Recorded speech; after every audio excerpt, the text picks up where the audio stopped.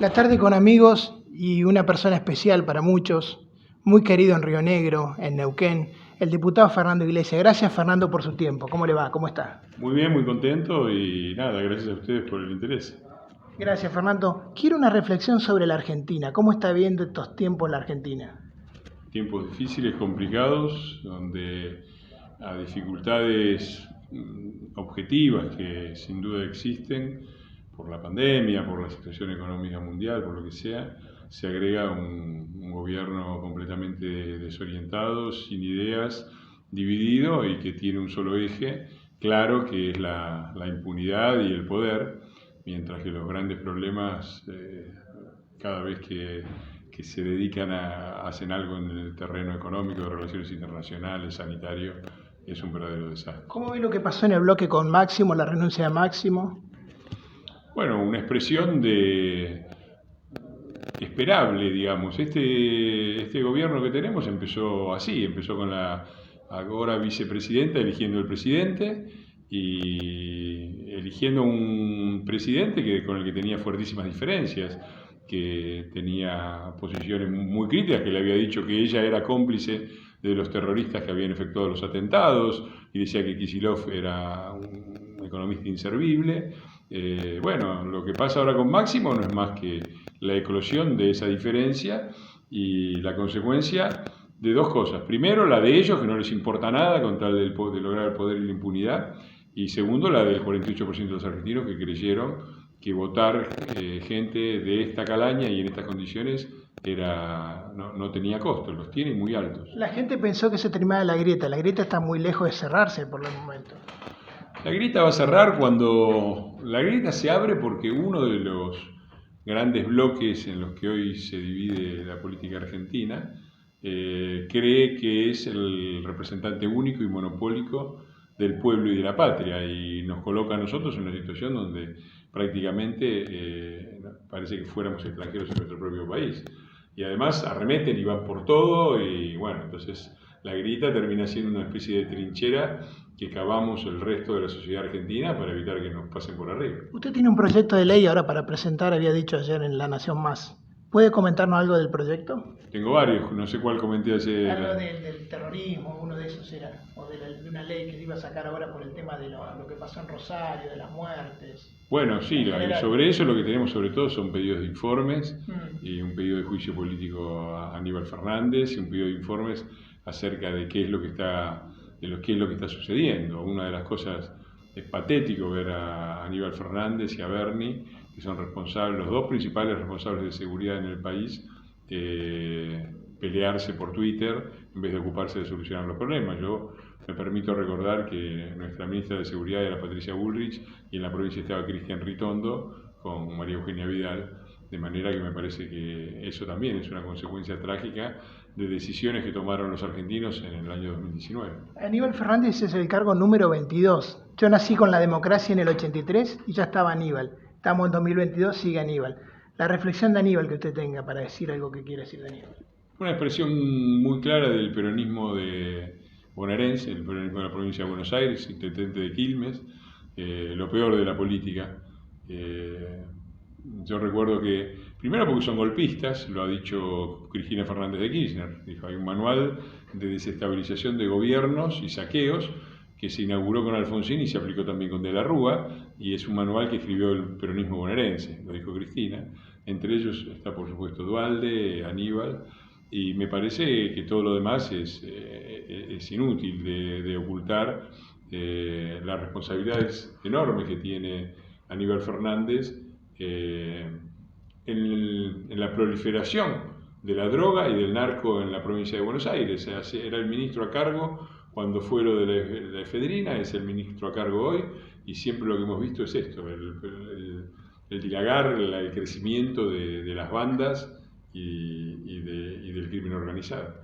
¿Qué le pareció la marcha contra la Corte Suprema de la semana pasada por parte del gobierno? Porque había funcionarios del gobierno que avalaban la marcha esa. Bueno, un escándalo, un intento muy claro de atacar la independencia de la justicia y de garantizarle la impunidad a Cristina, con un personaje patético como el doctor Ramos Padilla diciendo no me vengan con la Constitución, digo, un juez de la Nación diciendo que no le importa la Constitución, me parece que es motivo de destitución, ¿no? O de sanción por lo menos. Así que me pareció eso, lo que fue, digo, ver a Ramos Padilla del bracito con Luis Delía, que es el principal convocante, y escuchar decir al presidente de la Nación que era una normal marcha de ciudadanos, me parece que dejan claro, van por la impunidad y para eso tienen que romper la Corte Suprema. Nosotros llegamos a hacer una pequeña reflexión a Vudú, y Vudú se crea un preso político.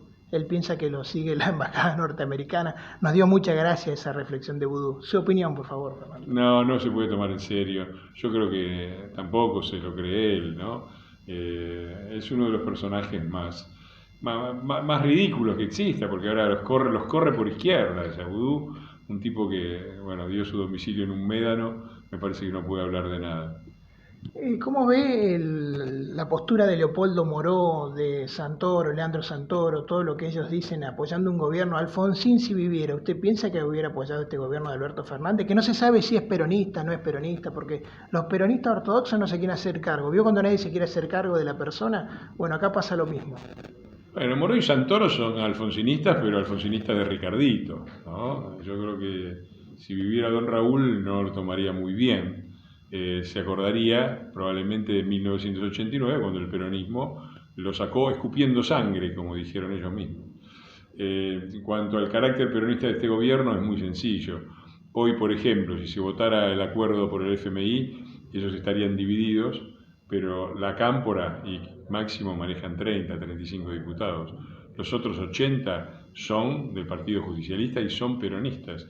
Y así fue desde que llegaron al poder. Nunca fue mayoría el bloque kirchnerista. Ha gobernado siempre gracias a que los bloques parlamentarios del peronismo les han dado el apoyo. Me parece que esta maniobra, ¿no?, de mutar, ¿no?, como pasó en los 90, eran todos menemistas hasta que Menem no les sirvió más y se transformaron todos en revolucionarios, las mismas personas como los Kirchner, como Alberto Fernández, que era funcionario de Menem. Me parece que es un truco ya muy gastado y que la sociedad argentina conoce bien, y es hora que el peronismo se haga cargo de sus propios gobiernos. ¿Usted cree que estamos llegando al final del kirchnerismo? Yo espero que se termine no el kirchnerismo, no solamente el kirchnerismo, espero, no lo sé, no hay garantías, la Argentina es un país con una altísima inestabilidad, por lo tanto hacer pronósticos es absurdo, pero yo espero que sea algo más, yo espero que sea el fin no del kirchnerismo, sino de la hegemonía peronista. Obviamente no del peronismo, que tiene todo el derecho a existir, pero ojalá pierdan ese rol hegemónico que el peronismo ha jugado durante todos estos años. Digo, desde 2001 hasta ahora han pasado 20 años, han gobernado ellos 16 años, y la única explicación que tiene del enorme fracaso que es la sociedad nacional son los 4 años en que no gobernaron y en donde nosotros nos tuvimos que enfrentar a esa combinación que siempre le dejan y que le han dejado también en su momento de la Rúa, que es una bomba de tiempo económica, un modelo económico absolutamente agotado, altas tasas de pobreza, de desocupación y de indigencia, y además muy escaso poder político, porque nosotros no controlábamos prácticamente, manejábamos el Ejecutivo, pero no la Cámara de Diputados, no el Senado, no el 19 de 24 gobernaciones las manejaban ellos, la mayor parte de los jueces los han designado ellos, los sindicatos, los piqueteros, y el peronismo, aun cuando no está en el gobierno, sigue siendo el centro hegemónico de la política argentina, y el país no se va a recuperar hasta que eso se termine. Hay una parte de la historia nuestra, sobre todo la época de Duhalde, que está mal contada, que se cuenta como que Duhalde fue el salvador de la Argentina. Me gustaría que usted dé su opinión, porque Duhalde creo que multiplicó a los pobres en ese entonces.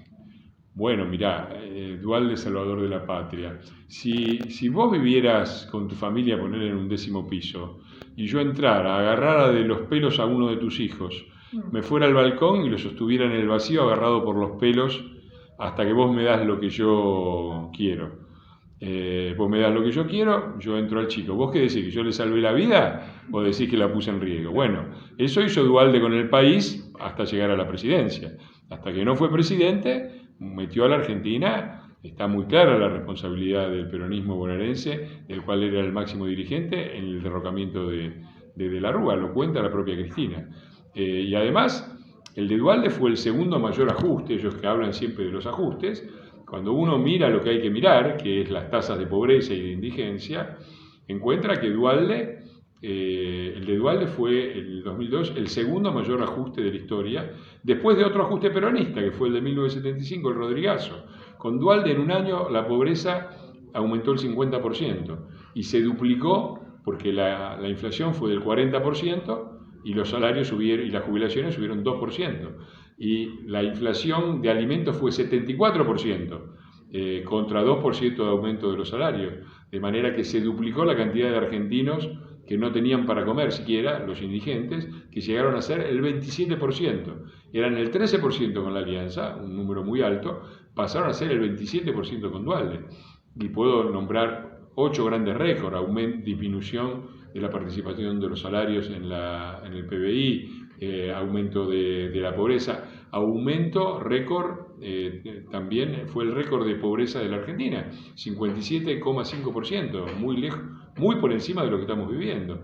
Así que se piense a Duhalde como salvador de la patria es indignante y si forma parte de la leyenda peronista que tantos perionistas y intelectuales avalan y defienden. Fernando, ¿se va a saber algún día qué pasó con el fiscal Nisman? Yo espero que sí y temo que no.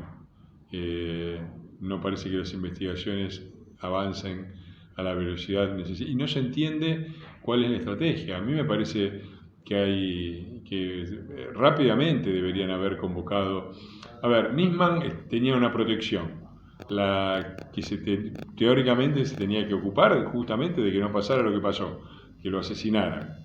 La protección no estaba ahí.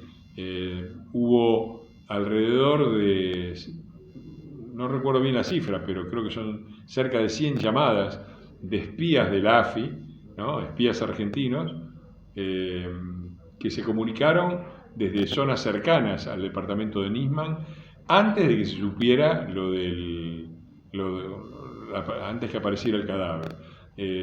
Bernie estaba ahí antes. 31 llamadas hubo de Bernie. ¿Cómo? 31 veces llamó Bernie a la expresidenta, la vicepresidenta actual. Por eso.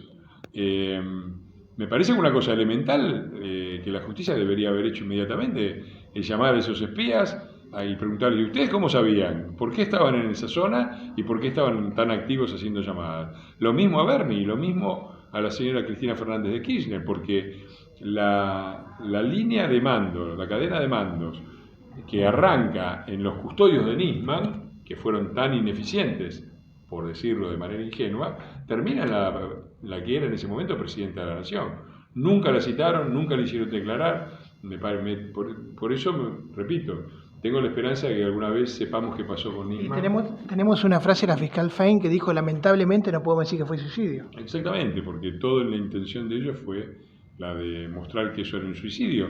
También en eso participó la vicepresidenta de la Nación, ¿no? Fue una de las que dijo primero una cosa, después otra. El propio actual presidente de la Nación dijo en su momento que era un asesinato, ahora dice que fue un suicidio, porque claro, es un canalla sin principios. Fernando, ¿con qué Argentina sueña? Mira, yo creo que a veces me preguntan si tenemos que tener esperanza de que Argentina se recupere. Yo creo que no, por lo menos yo tengo más de 60 años, no quiero ver una Argentina que se parezca a Suecia, ni que se parezca siquiera a los países europeos latinos. Pero tengo la esperanza de que seamos Chile, Uruguay, digamos, un país latinoamericano donde no pasen las cosas que... Yo no veo que estén pasando, por ejemplo, en Uruguay, las cosas horrendas que pasan acá, que haya un nivel de corrupción como el que hay acá. No veo que cuando gobierna la calle Pou, porque muchos dicen: la calle Pou, te quiero de presidente argentino. Y yo no veo que el Frente Amplio haga las cosas que hace el peronismo acá, no veo que hagan piquetes, que le hagan paros generales, no veo que le tiren 14 toneladas de piedra al Congreso cuando... Así que yo espero eso. La Argentina tiene muchos recursos naturales y humanos y seguramente si lográramos ordenarla desde el punto de vista político, sería un país como Uruguay o como Chile, probablemente bastante más rico. Con eso yo me daría más que por conforme, pero obviamente la condición es que el peronismo deje de ser el partido hegemónico. Se dice que el kirchnerismo quiere tanto a los pobres que los multiplica. Bueno, es una definición muy clara, no solo el kirchnerismo, yo creo que es el peronismo en general. ¿Para usted el peronismo y el kirchnerismo es lo mismo? es la manifestación actual del peronismo. Yo no veo ninguna de las cosas que esté haciendo el kirchnerismo ahora que no las haya hecho en su origen en el general Perón. Hoy nos alarmamos de la Corte Suprema de Justicia y de la marcha. El general Perón llegó ahí y destituyó a todos los jueces y armó una Corte Suprema a medida. Nos alarmamos de los ataques a la prensa. Bueno, Perón en aquel momento intervino el principal diario, que era La Prensa, y se lo regaló a la CGT. Y copó todas las radios con sus amigos, empresarios, como está haciendo el kirchnerismo. La muerte de Nisman, encubierta, y el intento de encubrirlo como suicidio, recuerda mucho la muerte del hermano de Eva, Juan Duarte, ¿no? Y así podría seguir eternamente. El aumento durante los 9 años gloriosos de Perón y qué sé yo, no hubo aumento del empleo privado, hubo aumento del empleo todo estatal. Y hicieron lo mismo que hizo los Kirchner, los Perón del 46 al 49, sí, fueron los días más felices, porque agarraron no la soja, en aquel momento no era la soja, pero era el momento en que había terminado la guerra, las economías europeas no se habían recuperado, la producción agropecuaria mundial no se había recuperado, por lo tanto el trigo y la carne valían fortunas, y durante 3 años vivieron una fiesta igual que la que vivimos con la soja, y después quedó el tendal, ¿no? Le cierro con un ping-pong la entrevista. Raúl Ricardo Alfonsín. Una figura muy compleja, con indudables méritos desde el punto de vista político, en la defensa de la democracia, brillante hasta 85-86, menos brillante después, y con un problema de concepción económica muy, muy grave que terminó en la hiperinflación. Lilita Carrió. Mira, siempre una persona con enormes defectos, pero cuyas virtudes son aún mayores. Creo que tiene un mérito imborrable. Fue la que a fines de los 90, en la euforia de la convertibilidad y cuando nadie hablaba de eso, planteó 2 temas, la corrupción y la entrada del narco en la Argentina. Ese es un mérito absolutamente innegable, y además planteó el problema de la defensa de las instituciones republicanas en un momento que casi nadie hablaba de eso. Así que me parece que esos méritos son enormes, y a pesar de los desacuerdos que tengo hoy con ella, sigo manteniendo mi respeto. Néstor Kirchner. Néstor Kirchner, bueno, un oportunista y un cínico que hizo lo que hizo en Santa Cruz. Así está Santa Cruz, una provincia riquísima en recursos naturales. Intentó hacer lo mismo con el país, le fue bien mientras la soja volaba y mientras se comió todos los activos que habían quedado, y el superávit fiscal y comercial que le dejó Duhalde. Después, los últimos, ya lo que siguió fue como siempre pasa con el peronismo, ¿no? Pasó con Perón, pasó con Menem y pasó con los Kirchner. 3-4 años de fiesta y después décadas para pagar la cuenta. Cristina Fernández. Uno de los personajes más tristes. Es increíble que una sociedad relativamente avanzada, compleja y educada como la Argentina, de 45 millones de personas, todavía esté sufriendo las consecuencias de la familia Kirchner, de sus internas y de la locura de esta señora que es claramente una psicópata. El Papa Francisco.